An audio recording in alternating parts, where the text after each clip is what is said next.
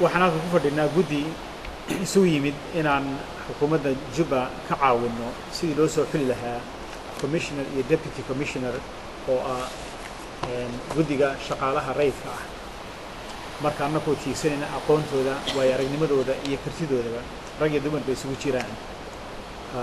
halkan waxaan ku fadhinaa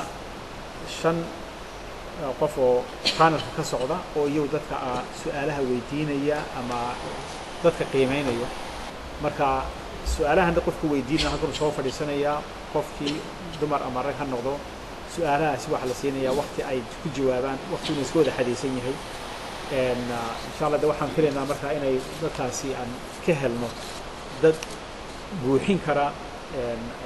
مسؤولية laga rabo shicibka iyo dawladda iyo dastuurka u hogaansanaadaan ayaan filaynaa intaas ka kooban tahay maanta sababta meesha u joogno magacayga waxa la dhahaa Maryan Cali Cumar waxaan ahay 5 qof oo panelka oo Jubaland u qaadaysa interviewgan waxaan ku faraxsanahay maanta arrintan inaan qabanayno sababtoo waa mid miro dhalaysa waa mid Soomaali ee Jubaland si ay saldhigga u noqon doonta haddii Ilaahay yiraahdo meeshan waxa isugu yimid dad experience u leh shaqadan oo ay ka mid yihiin dadka dibadda looga yimid iyo annagoo reer Jubaland ah marka waxaan filahayaa arrintan inay ka faa'iideysan doonaan waxaan u filahayaa annaga Ilaahayna aan ugu simo inaan si xaq ah aan u xuli doono qof Jubaland anfaca oo maanta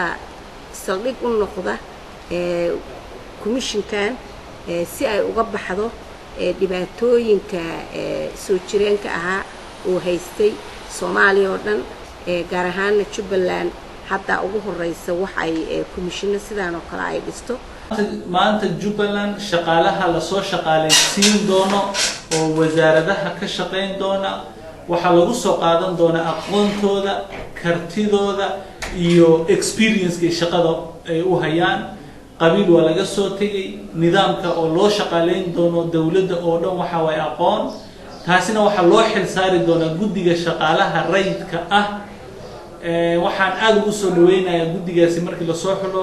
inaynu ku xoojino shaqada ay qaban doonaan haddaanu nahay wasaaradda maaliyadda ee Jubaland gaar ahaan magaalada Kismaayo waxaan saakay farxad weyn ay inoo tahay maadaama aan ku jirno haddana bilaabnay in dawladdii ay bilaabdo commissionka shaqada ee shaqaalaha inay hadda imtixaanaadka ka qaadeen ayna ku xijiyeen jagooyin banaana ka banaan wasaaradda maaliyadda oo si transparency ah imtixaanaadka loo qaaday dadka waa loo dhijiyay awal hore inay ka soo qayb galaan idaacadaha laga naadiyay wixii application-koodii iyo CV-yaashiisa ay u direen SSF ay u direen kadib shortcut list oo shortcut la soo sameeyay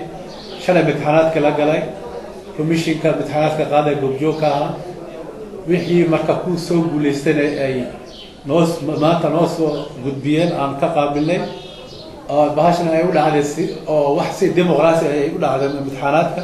nin walba leeyahay aqoontaada iyo ku celin marka ana ka wasaaradahan ka dawladdan waan